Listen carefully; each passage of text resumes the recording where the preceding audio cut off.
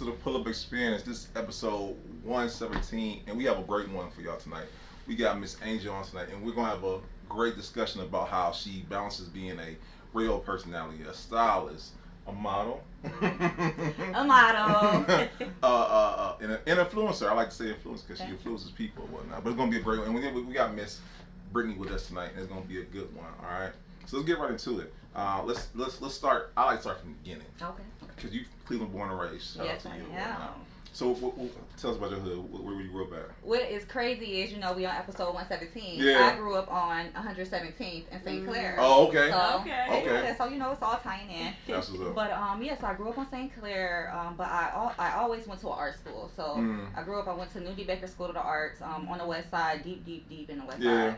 And then I went to high school, which was John Hay Architecture and Design. Okay. Shout out John Hay. Mm-hmm. And then I went to the military. But my whole life was like cultivated by the arts. Okay. So it was only right that I got back to it. Yeah, no, I got you. And shout out to Teef and them and whatnot, because I seen her interview on Teef podcast. By the way, if you haven't seen it, check out his podcast, King Teef Network. Shout out to Scott, shout out to Teef, man. And I seen the interview, and it was the particular story that had me like on the edge of my seat was how you, like you said, you're in the military, and what happened while you were there, and I want to discuss about that. But I want to ask you what motivated you to join the military.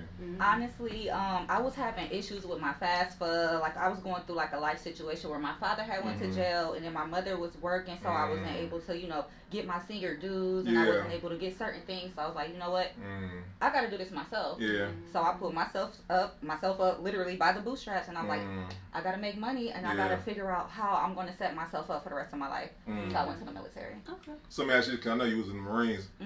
I know different facets of the military. Why Marines though? I told myself if I was gonna go to the military, I was gonna go to the hardest branch, and I was going to be the best in that branch, and that's what I did. I was about to say, because I tried for the military. I was gonna go Air Force. Everybody said that's the one that you know what I'm saying. It's the best one. I love the Marine Corps, but the Air Force. If you want an easy life, go to the Air Force.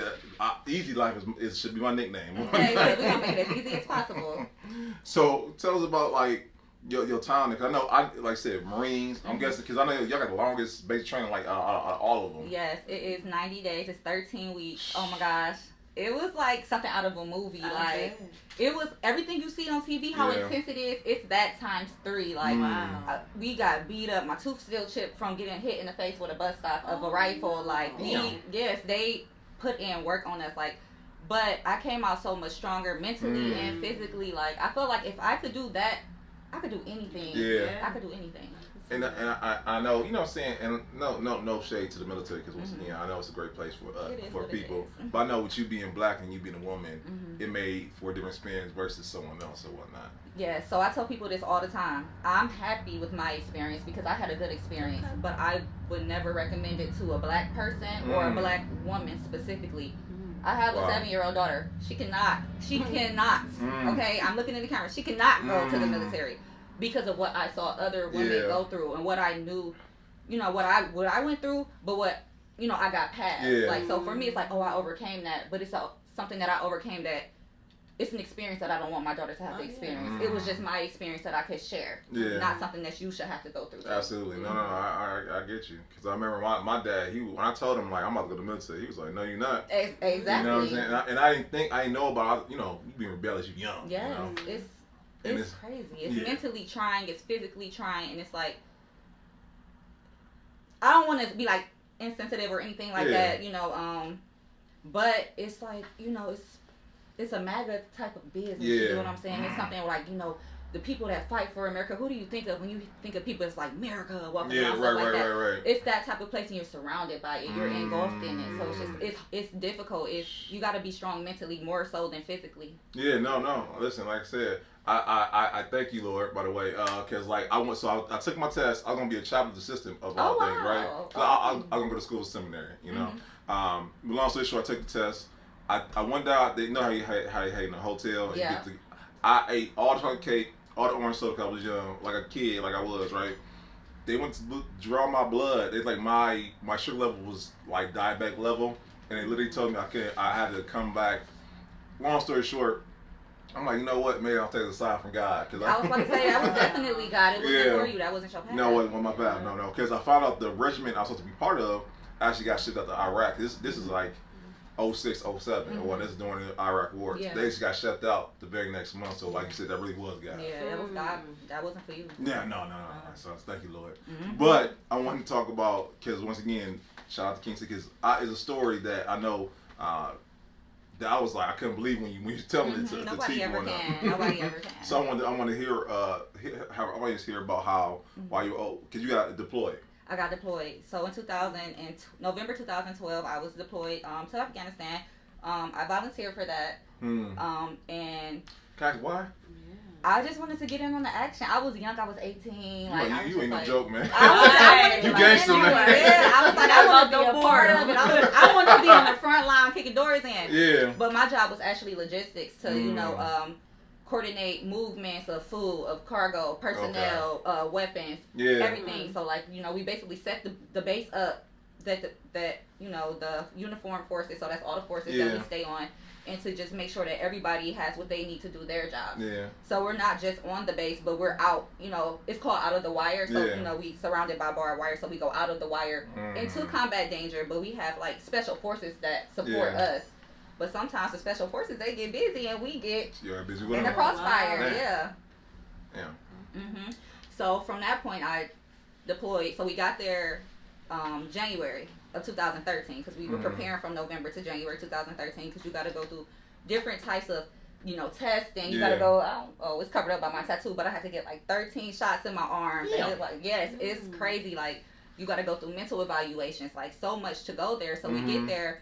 And as soon as I step off the plane, it's missiles flying through the air. Yeah. So I start running. Everybody looking at me like I'm crazy. They're like, why are you running? I'm like, y'all don't see these missiles? They like, if you could see it flying over you, it's not coming towards you. Oh, wow, yeah. I'm like, this is not normal. right.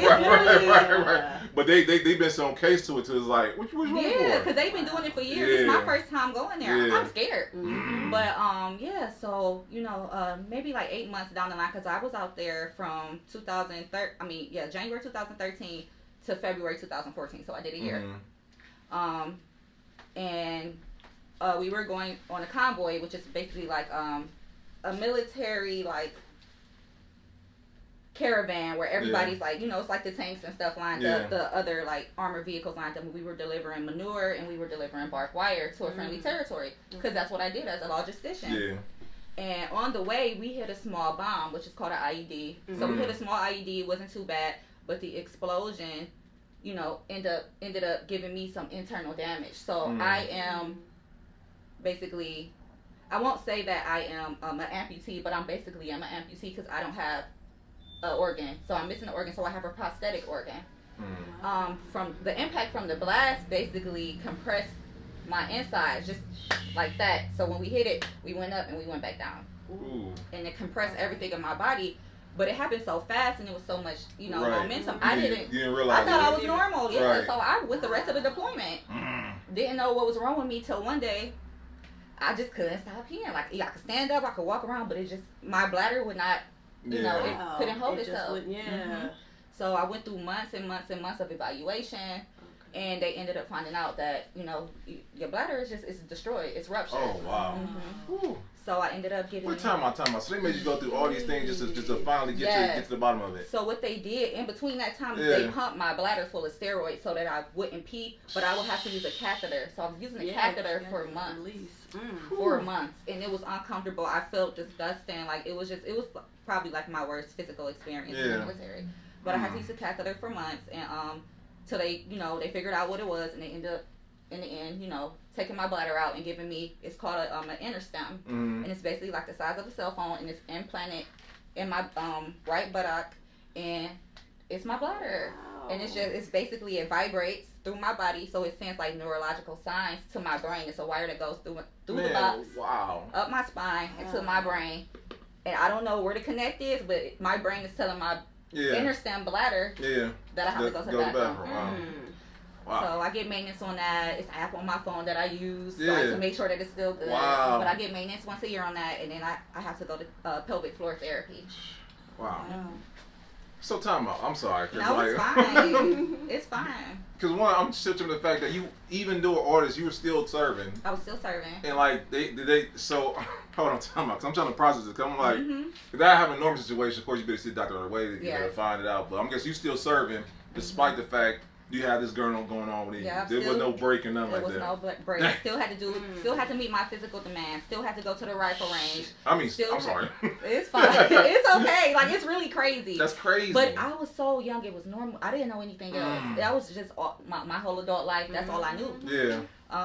And I'm thinking, it's not that bad. It's people without legs. It's people without arms. Right. You looking to respect them. People who lost their lives. People that I went out there with that I didn't come home with. Yeah. So it was small to me, and I'm not saying that it's still small to me, but it's not anything that changes my livelihood. Yeah, no, I feel you. Cause I got stabbed. I got a whole twice.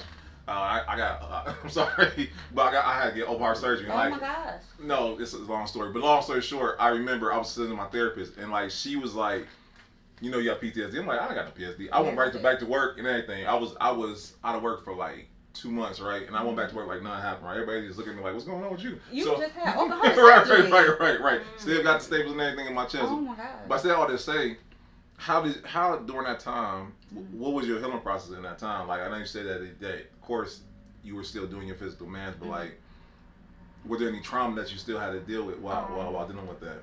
So for me, I was just insecure about my body because I was scarred up and stuff like that. So I couldn't go to a gym because if I heard weights dropping on the ground, I would just snap. Like, it was very triggering. So it was probably about maybe like 8 months of me not being able to go to the gym without having panic attacks from hearing weights drop on the ground, thinking it's a bomb. As far as physically, no, I just was like, okay. You gangster, man. Yeah, like, all right. You gangster. It's just a bladder. No, I feel it. I get it because I know me because like I keep going, and that's one of the things. Like I remember telling my therapist, she's like, you got to take some time to process some things. So the reason why I even ask because I know for me, that happened in 2013. It's what we talking about 10 years later. I'm just not processing. You know what I'm saying? Oh, so yours was 2013 too? Same for mine. See, So I know processing actually like man, that was a time. That's intense. It's intense, right? Yeah, people don't go through that every day. Right. But to us, it's like experience in my life. Right. And keep it moving, right? Exactly. No, yes. no, but I get that though. So let me ask you this. So so we got that time. So I guess you eventually left the military, right? Did you leave with under how can I say this? Because one thing I would say about the military, and this is as a real estate agent, that I would say hands down, those VA loans, those are the dopest loans of all time. So listen, you military, God bless you. You kids, you can use it. Use it. You know what I'm saying? I would say it's advantages to be in the military, but I know. And then I know one of the benefits of with the military, you at 20 years you can retire, like right. So you go on 18, 38, you retire, like. Yeah. So for the average person is 18 to 28, they try to get people out by 30, like, all right, you gotta go open up some space. But for me, because I was in that situation, it wasn't easy though. I had to fight, but I ended up getting retired at 27. So I was retired. I get my pension once a month. I don't have to work for the rest of my life. I still choose to because I was 27. What am I gonna do for the rest of my life? Right. But yeah, so I ended up getting 100%. I'm 100% disabled. First of all, 100% retired. And like you said, I got free medical for the rest of my life. My kids got free college for the rest of their life. I get paid to go to college. Thank you, Officer. I'm glad my tax dollars is going towards. Thank you. Shout out to my babies. Free medical, free healthcare, vision, dental, everything. My kids, all expenses paid for the rest of their life. That's why I'm grateful for my experience because they'll never have to worry about anything because of their mother's sacrifice. That's good. So let me ask you this. So after you left the military, I'm guessing now you transition back into, to civilian life. What was that transition like for you, like getting back out there in the world? It was difficult because I felt like I didn't fit in with the people that I used to be with. I don't fit in with civilians because I'm so used to, the vulgar language. Like, people speaking like a sailor and stuff like that. I'm so used to inappropriate jokes so that when you get in regular life and you say something inappropriate, everybody like, oh, hold on. I just felt like people were ungrateful. People complained a lot, and I just was kind of bitter with society because I'm like, y'all are so ungrateful. Like, y'all don't realize what you have, especially coming from Afghanistan, coming back to America. When I saw grass, I cried. I did not see grass for a year. Wow. I cried seeing grass, and I was just like so happy to be back. And I was just like, wow, because I took America for granted too. Like, right. We were slaves here. I mean, we still were slaves here. That's still important. That's a real thing. But we still have luxuries that a lot of people don't have, and I had to learn to be grateful for it. So yeah, I was bitter. I was resentful. And then I just felt like I didn't have a place. I didn't know who I was. I was only a Marine for 9 years. I did 9 years. Yeah. I was only a Marine for 9 years. I didn't know what I liked. Yeah. What I was good at. So it's like everybody, you know, they went through college and they, you know, they're starting their careers. Yeah. At 27, 28, you know, already graduated and stuff like that. I'm starting from scratch. Right. Yes. Right. So I just was literally getting into anything. So if you know me, you know I'm a Jane of all trades. I do a little bit of everything because I was like at a rapid rate trying to figure it out, trying to you know catch up with my peers. Yeah. So it was difficult for sure. I believe it. I'm about to say, why actually you find yourself getting up early? You know what I'm saying? I still get up early. Like today, I went out to for brunch with some people that we're doing a movie with right now, and I was eating like my bad, y'all. I'd be like, oh, I'm still a lady, but yes, like it's just some things you just can't, you know, get rid of, get past. Okay, so we got that. So let's talk about the OE show. Let's talk about how that even got started. Yes. Let's talk about how y'all came together, and then how y'all even got it to where y'all got it to where it is right now. Yes, we literally it's something that I feel like God had for me. I never did anything radio. I never got any type of media training or anything like that. And so we was started by Tanya Range, who is a woman producer and creator of the Uwe radio show. And it started out with a line of already famous women, like the Kims, you know, Kim Whitley, stuff like that. Shout out to Kim Whitley. But they had schedule conflict. So what she decided was, you know what, I'm going to go and I'm going to get some fresh faces. So she went to Ohio Media School and she had auditions there. Okay. And they had, you know, an all-woman cast. Yeah. But as you know, sometimes women don't get along all the time. So they had to keep, you know, recasting. And my cousin who worked with Tanya, the producer in the 90s in the music industry, she came up to me, because I've always been very outgoing, you know. She's seen your personality. Exactly. She was like, well, why don't you just try out? And I'm like, I never did that before. I'm scared. Yeah. These girls got training in this. This is what they do for a living. And she was like, please just trust me. Just go. Just try it. See if you like it. So I went, and it was just like, it was locked in. It was perfect. From the first day of being there, I just fed in perfectly. Them to my sisters ever since. We're all different. Yeah. We have our disagreements and stuff like that, but the thing is, we hold each other to a standard where this is what I expect from you, and I'm going to come to you and I'm going to correct you where I feel like you need to be corrected. And it's no harm, you get what I'm saying? But I see the best in you, and they do the same for me. So we always hold each other accountable, and we're like sisters at this point. So that's good. We on our 3rd year. That's what's up. And we come on. Yeah, I'm about to say, come on. Yeah, we got it. Come on. Yes, but. That was long example. Yeah, okay. I'm gonna let you finish. Thank you. But yeah, so we are syndicated on 57 stations, nationally syndicated. We just got our first international station in the UK. Nice. Had our first interview with them, so that was pretty dope. But you know, we have sponsorships by Rap Snacks, Tito's, iHeartMedia. So we also have our own channel on iHeartMedia. So if you go to Uwe Radio Show, come on now. That's 3 O's WEE Radio Show, and look in our bio. You can go click that, and you can listen to our show. By the way, guys, I'll have it in the show notes so y'all can check it out. By the way, because we want y'all to check out the Uwe show. By the way. Yes, and so basically, I don't know if you guys know about Uwe if you haven't listened, but it's basically a show about things that make you say ooh wee. And it's many reasons why you could say ooh wee. It could be like, oh, that's crazy, ooh wee, or it could be like, it's kind of, I'm about to say it's in the name, you know what I'm saying? Yeah, it's in the name, okay? It's so many reasons to say ooh wee. So if you listen to the show, I want to make you say ooh wee.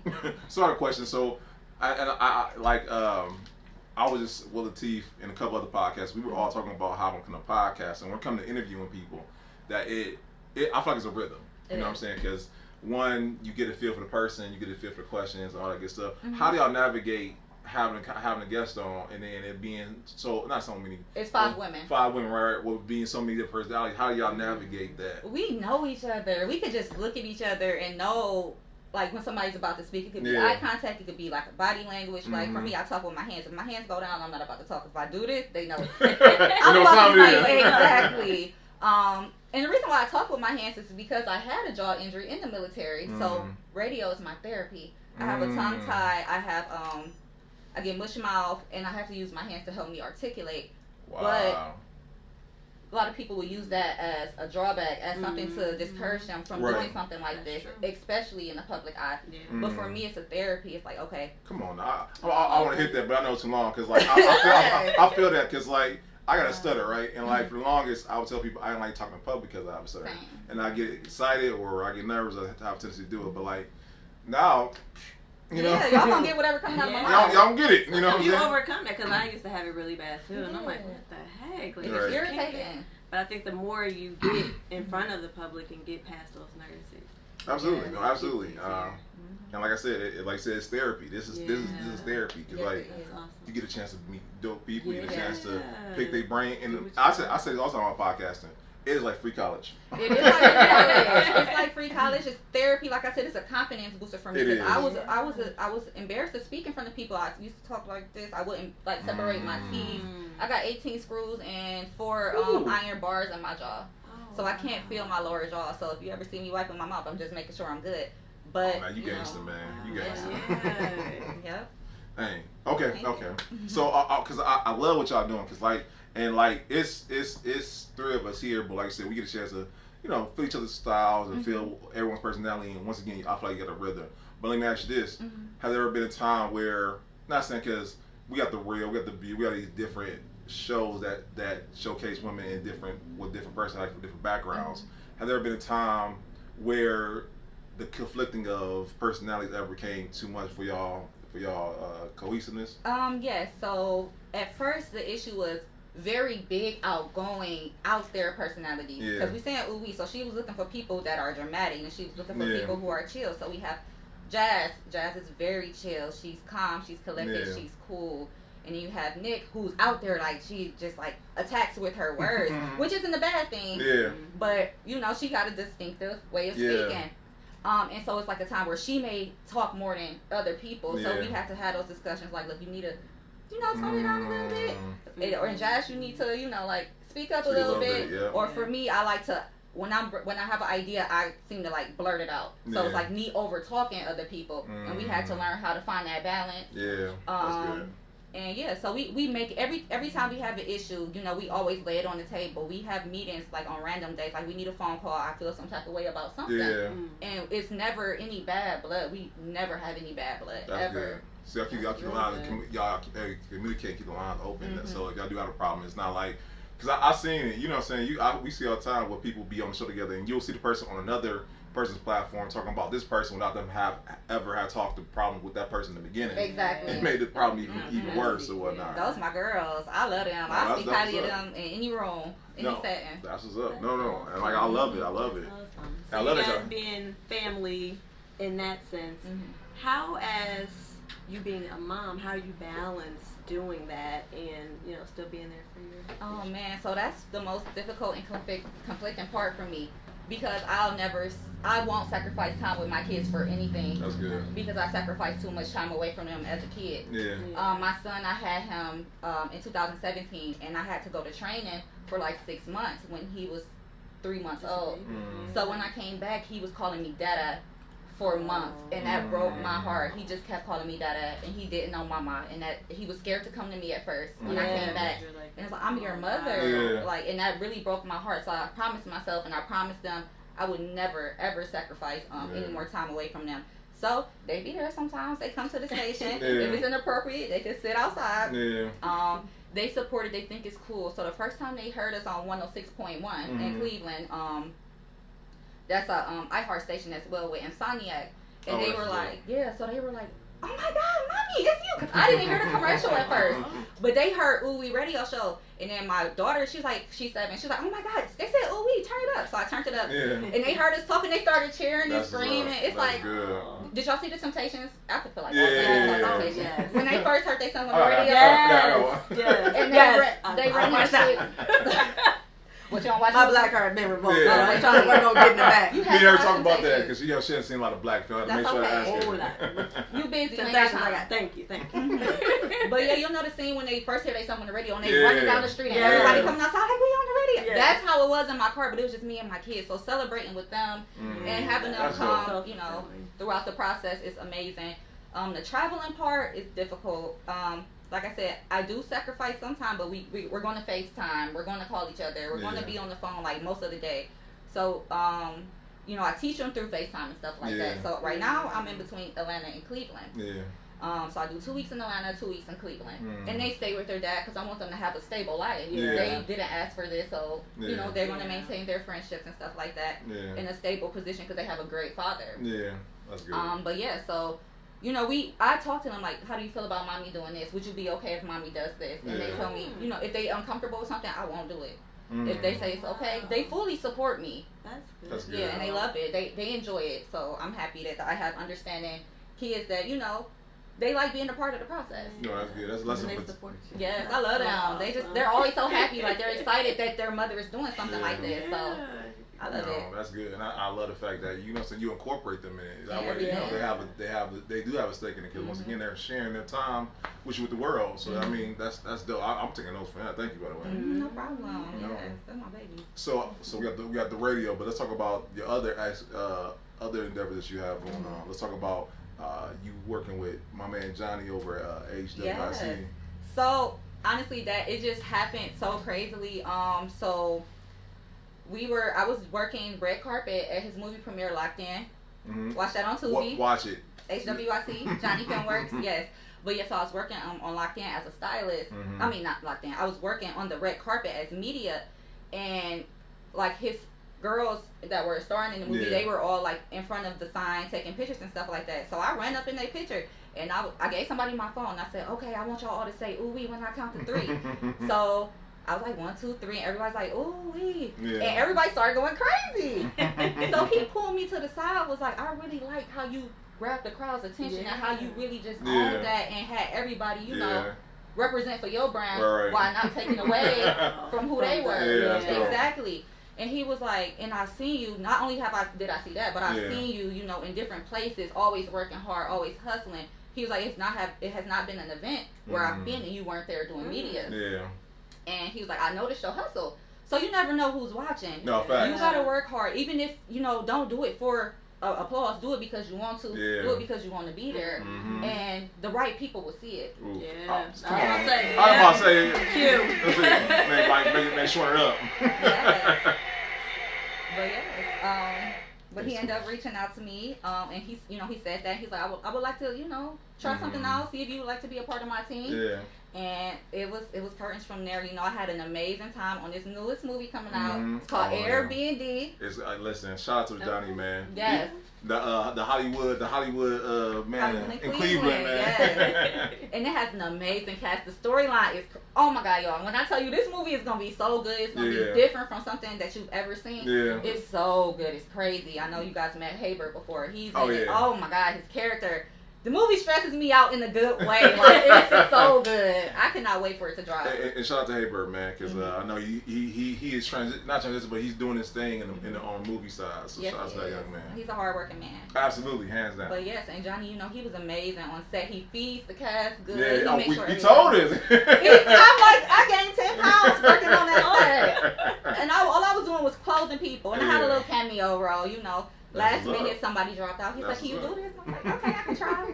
I never acted before, so. So you can add actress to your resume. Right. I can add it there, yes. That was scary, though. I was like, I don't know, it's harder than the military. So shout out to the actors and actresses out there, because that's hard work. Yeah. That's hard work. No, I can't do it. No, because I'm like, hey. I know, right? You know what I'm saying? Like, real. I was like, shaking and stuff. And right. For real. No. But no, it was definitely a good experience, and I love working with HWIC. Yeah. Yes. No. Completely professional. Everything was just on point. And you gotta love them because, like I said, they are literally making Cleveland. They're putting Cleveland on the map as far as, because I think it's only so many movies on Tubi that you actually worth your time watching. I think it's like Johnny, some dude out of Detroit or whatnot. Detroit, who also his Damaris Harvey. He was in Airbnb as well. He started as the male lead. So Cleveland and Detroit, the Midwest, we're going to own Tubi. Like, literally, they're taking over. And it's quality. Like you said, it's quality films on Tubi. Mm-hmm. So if you have not watched Heist Girl, Locked In, Scam Likely, mm-hmm. What are you doing? What are you doing? What are you doing? You know what I'm saying? Make sure to check those out on Tubi today and support my man Johnny. So that's what's up, though. Yes. And I love the fact that, once again, that we as a city, and this we'll get to it later because it was one of my questions I like to talk about is collaborating in their city or whatnot. Mm-hmm. I love how he's seen what you're doing, seeing the hustle, and was like, come work with us, or come work on this project with us, and that's dope. Yes, I love it. I was really grateful. I was surprised. I was honored. You know what I'm saying? Because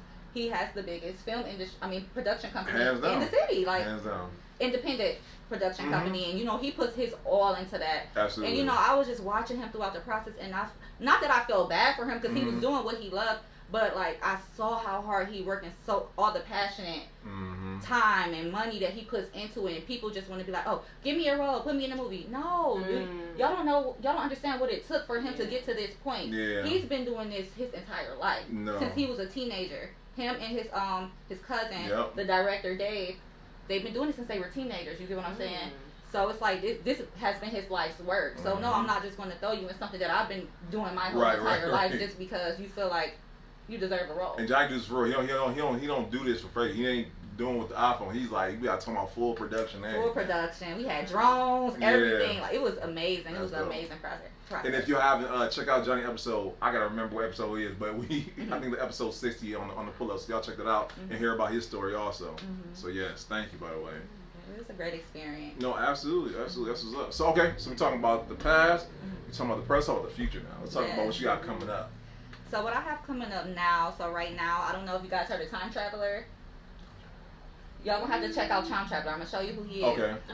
Hater. Oh yeah, no, I have. And by the way, come on to pull up. By the way. Yes, he needs to. I love what he's doing because it really puts you back in 2005. Because I remember what life was back there. The big old Jabot jeans. Yes. The Band-Aid on the eye. The ham. You got. I gotta get him. Yes, he's hilarious. So he's like a time traveler from 2005, and he literally walks around Cleveland in like big old Rocawear jackets and triple XL t-shirts, like do-rags with the hat on top, selling CDs and DVDs. Bootlegs though. Bootlegs. Right, it gotta be bootlegs. I'm gonna show you who he is. Yeah. He's hilarious. He's popping, but him and Haber's directing the movie. He's coming out with the Back to 2005 time traveling movie. So I'm working on that right now. Man. It's going to be good. It's very nostalgic. Yeah. It's very nostalgic. That's what's up. Yes. That's what's up. I think it's going to be a great movie. I'm laughing because I can only think about it. If y'all get a chance, check him out because it's his voice. Yeah, the voice is the whole thing because it puts you back in that mind state of how we were back then. Like I can't believe wearing t-shirts too big. Right. It's so ugly. Like oh my god, we like that. Like, and I always wonder, do we talk like that for real life? No, he does not talk like that in real life. It's he time travel, so something had to get messed up on the process of coming to 2003 from 2005. But he talks like this, like in a little Mickey Mouse voice. But no, he's hilarious and he's honestly a great person on the screen and off the screen. That's dope. And I appreciate what he's doing because he is like bringing back nostalgia. Yeah. He's doing something different from the rest of content creators. Yeah. That is and it's positive. It's always positivity. Like he goes out and he dance battles people and stuff like that. Yeah. Like, no, this is how you do to walk it out and stuff like that. And they like, boo. But I know him, yeah. No, and I was like, it's something different, but once again, it's because I remember we had Haber, he was talking about everyone, you know what I'm saying, doing the same thing. The fact that no one else is doing nothing like this, and the fact that it's so creative, and it just puts you in a great place because you think back like, man, that was a good time. Yeah, so that's dope though. He walking down the street, he see a girl, what's up, bopper? What? It just makes things like we did that. We had exactly. That was our turn. It's so funny, but that's gonna be a good one as well. He had his auditions last month. He had a huge turnout. That's dope. So congrats to him on making his first movie. That's what's up. Cleveland being that city, man. Y'all better watch out. You know what I'm saying? We get, like I said, Midwest, we getting in. We are. Even living in Atlanta, I've noticed that most of the people down there that are popping are from Cleveland. Like DJ Mrs. is on the radio down there. You get what I'm saying? It's just so many. Most of the actors and the singers and performers, they are from Cleveland. It's not the Midwest area. So y'all got to keep working hard. And we got to learn how to elevate and empower each other here so that we don't have to go to these different places. I was going to say, good time to bring in that question. I'm about to ask that same question because that's the reason why we even created this podcast. And shout out to other great podcasts, and I see that do the same thing, that we're putting a spotlight on the great people who are doing great things, I see like yourself, who are doing great things that no one really get a chance to see, because as you know, it's only certain people that they get to shine, but there's so many great people who are doing great things that people need to learn more about. And that's why we created this podcast here. I love it. But I'm glad that Brittani said, because it's certain questions I like to ask. One of the questions I do like to ask on this podcast is, what do you feel like we can do as a city to help break that stigma of not coming together? Because, you know, Cleveland got that bad stigma. Yeah, so first of all, we need an attitude adjustment in the city of Cleveland. I've heard that before. Once people start doing good, they start feeling like they're better than. Oh, I hate this bill. It's so long. I'm about to say it's that. Okay, because it's the blame. But it's also the lack of support. I don't want to support you because I want to get there too. Well, why can't y'all get there together? Like, this movie production company may have something coming out, so why don't these other production companies come out and support them, and then, you know, share the love, share the wealth, share each other's stuff. People are too good to share on Instagram and TikTok. Exactly. Like, shout each other out, elevate each other, invite people, you know, because I'm a radio show on the podcast. You're a podcast. I'm on your podcast. Absolutely. And this is a great experience, and I feel like when you do stuff like that, like you said, networking, like you build those relationships, I could come and ask you for something that I don't know. You could come and ask me something you don't know. We could help bring each other up instead of trying to be on top of each other like crabs in a barrel. Absolutely. We're never going to make it to the top as long as you're trying to push somebody down, because you're going to stay down there with them. Yeah. Come on, Belle. Hurry up. She's working the shoulder. Right. My arm too short. But almost made it. No, but that's good. That's good stuff right there. Because I know, you know what I'm saying? Like, we because I say this all the time, I feel like we went through a whole renaissance during the pandemic. It's like a reset. It was. Where everyone's like, man, I got to get it. And I'm going to go after what I'm passionate about, whether it be making this, doing this, creating this service, whatever it may be.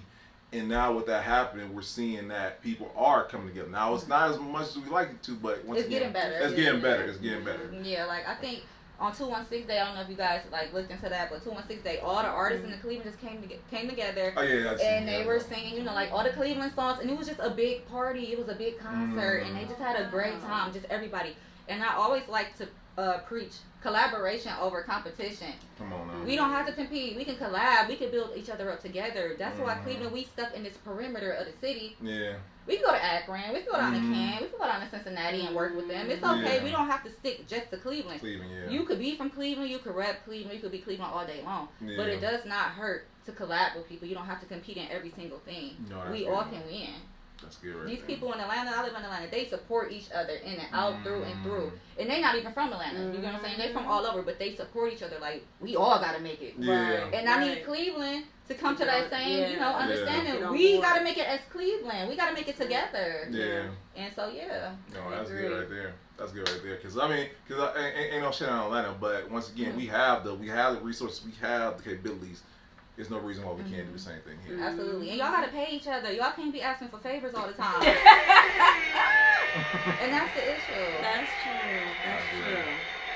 People in Cleveland always want favors, or they feel like, oh, you owe me something, or I'm obligated to your time. You're not obligated to anybody's time, but you are obligated to pay people for their time. Because, people think just because, we're on the podcast, we're just talking. Oh, you're just a singer, you're just singing. That is not work.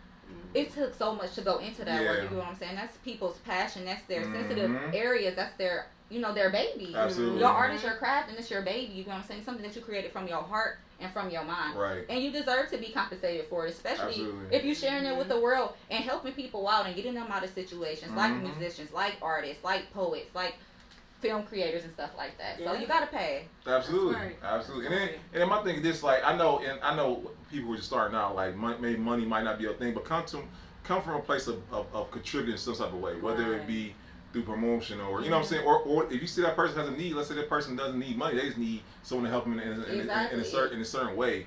Try to come from a place of contribution and then take it from others and whatnot. Exactly. You know, a share and a like is free. It's free. Come on now.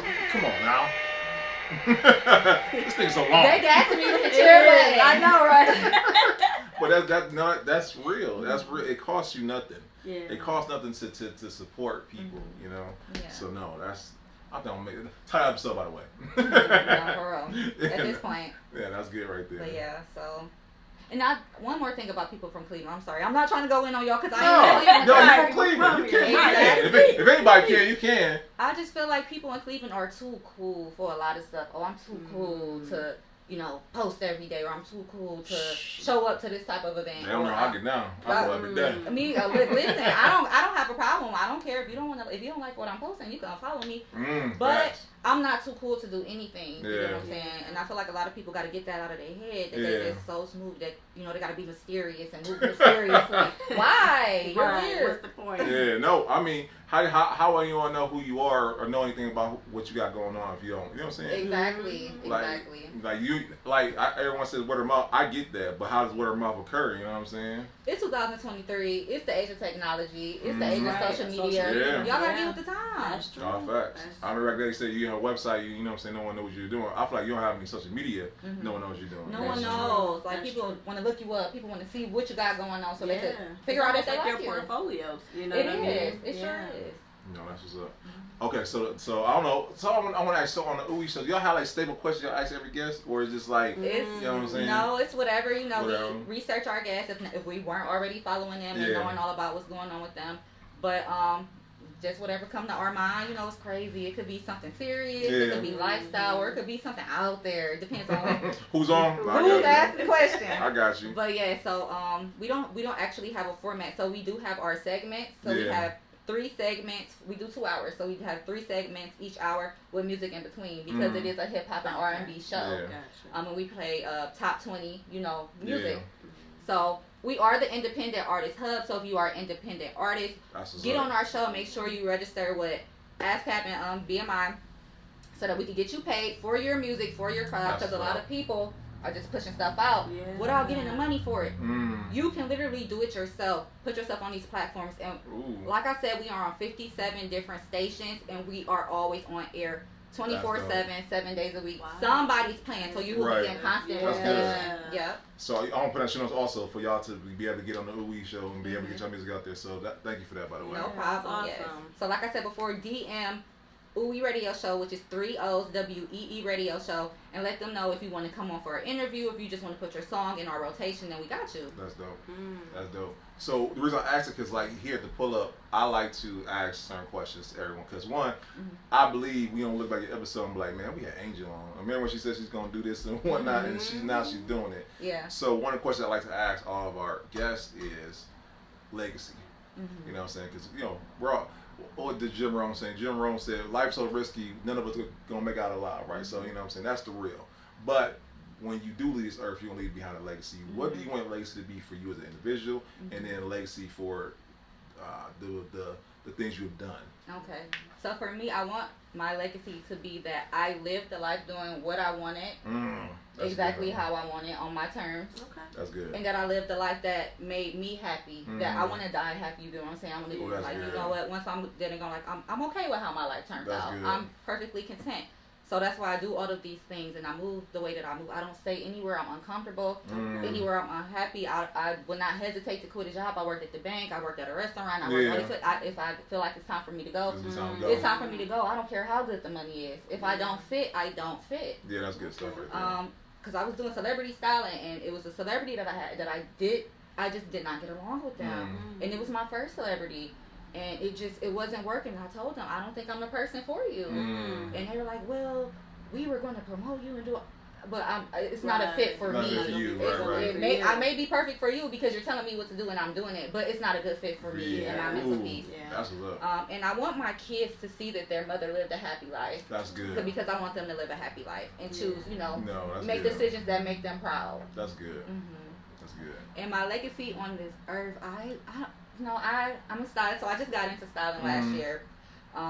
And I was saying we think about my outfit. I try to put something together. I try to put something together, Yeah, I like it. It's cooperating with the weather, okay? Okay. Sis, I know you hot. Very hot. Very. But you cute though. Moving these braids. And you're match. I was like, you know what, Brittany? I didn't even I should call her up, you know what I'm saying? That's the stylist. Exactly. I'm saying we might need to do something, but yes, y'all matching. I like to them, so I'm trying to get styled up, so I have we have Angel on, you know what I'm saying? Every style stands out. Like groovy, I know. Yes, I love it. Always something different. I like to have time pieces. So like, oh, today I'm dressing like from the 70s or I'm from the 80s. Like it's, but make it modern and make it me. Yeah. But I want to become a luxury dress designer. So I want to design formal wear, evening wear, ball gowns, stuff like that. Like for weddings, bridesmaids, proms. To a Met Gala type. Met Gala, okay. I want to do that. that. Yeah, so I'm going to go to school for fashion design. I sew a lot of the clothes that I have now. I repurpose a lot of stuff. Yeah. But I've always done that since high school. Yeah. I remember, I don't know if y'all remember when girls used to wear like the big old bead necklace around their neck. Yes, because I had some. Yes.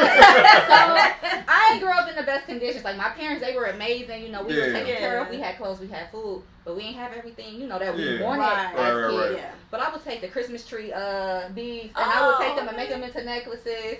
I would take my brother's old pants and cut them up and make them into skirts. So I always been into like sewing things and reinventing clothing, but I never ever thought of being a stylist or a designer.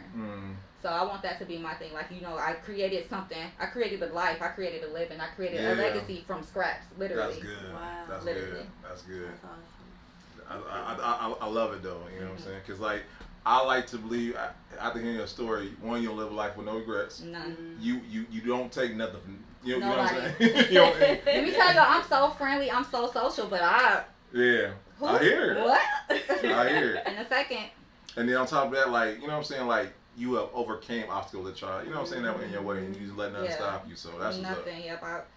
For what? You know, if I stop, if I sit here and complain, if I wallowed in my sorrows, how would that help me? Right. How would that make my life easier? Exactly. It changes nothing. So I'm real big on the serenity prayer. You know, change the things that I can, accept the things that I cannot, and that's how I live my life. That's good. And I got, so I know we try to close up, but I did want to ask, like, what keeps you motivated though? Like, you know what I'm saying? Because I know for me, I got the real estate. I still got a full-time job. I got the podcast. I got other endeavors or whatnot. And for me, sometimes it get overwhelming sometimes. So I got to, you know what I'm saying? I feel like it's certain things that keep me motivated that I have to look back on that keeps me, all right, I got to keep going. What keeps you going? What keeps me going is, you know, like, seeing my parents proud of me. Because my parents, they weren't, my dad was okay with me going to the military, but my mother, she was not. So I felt like it was a disconnect with me and her. But now that I'm doing what I love, you know what I'm saying, I'm inviting her to be a part of the processes and stuff like that. That's good. It makes her happy. So it's like, okay, if I do this next thing, and for myself and for my kids, you know what I'm saying? But it's like being better than I was the day before yesterday. Like I'm an ambitious person. I like to accomplish stuff. I like to finish what I started. So, you know, living my dreams and doing everything that I want is literally my motivation. Like, I want to inspire other people to live a life that they want, a life that they're proud of. Because a lot of people are miserable. Like, you look at all these companies around here, people working at the bank, people working at, you know, warehouses and stuff like that. And I'm sure that wasn't their dream. Right. They weren't 7 years like, you know what, I'm gonna be a warehouse worker. Exactly. They weren't. Yeah. But I'm just like, at this point in my life, I'm like, who said that we can't build the life that we want to live? You gonna make me like this thing. I wish it was so much shorter, man. Cause like you dropping them dimes, man. And people act like it's unreasonable to dream. Yeah. But it's not. You know what I'm saying? Like you said, you're working 9 to 5, but you're still doing what you want to do. Nah, like so I'm with you. Who's to say that you can't live the life that you want? Right. So that's my biggest motivation: is living the life that I want, that I could be proud of. That's good. That's good. Okay, and this is what I cause I'm a podcast head. I can listen to podcasts in the car. I can watch them on my phone. I go to see one podcast, and I feel like to market any good podcast that someone should be watching, they should be able to take something away. What are 3 things you think someone should be able to take away from an interview today that they can apply to their own life? Resiliency. Come on now. Don't let nothing stop you. Keep going, okay? Live and love, okay? It's okay to be a positive person. You don't have to hate on the next person. Come on now. You can support the person to the left and the right of you. That's fine. You don't have to hate on nobody. You can still be as great as you want to be while uplifting other people around you. That's good. And number 3 is to love the people that love you.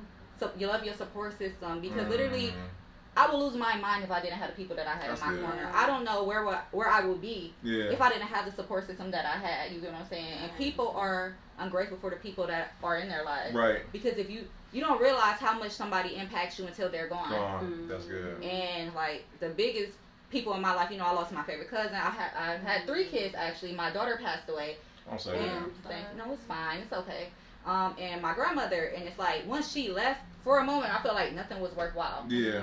But that created a new motivation. Well, I'm going to do it for her instead of I can't do it with her. So, love the people that you have. Yeah. Resiliency. Don't let nothing stop you.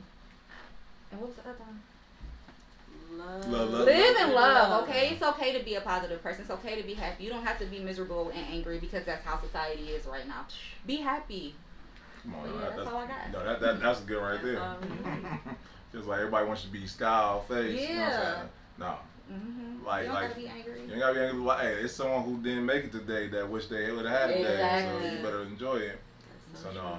We appreciate you, Angel. I appreciate y'all.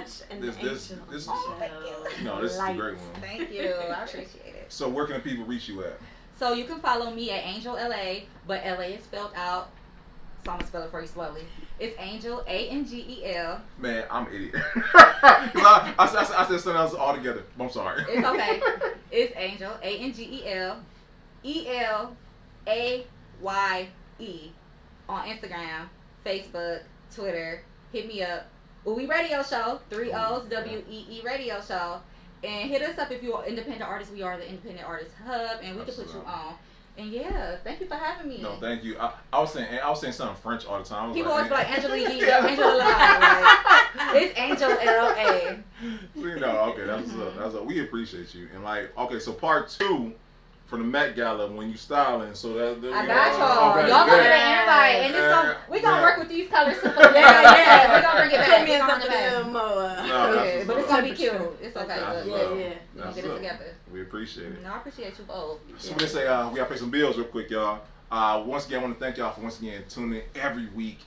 Subscribers, y'all keep subscribing. Y'all, I love y'all because y'all really makes it worthwhile. Because we see it go up, see the views go up. So thank y'all. We cannot thank y'all enough for that. Next up, guys, y'all been asking for it. It's here. We got the podcast training coming up.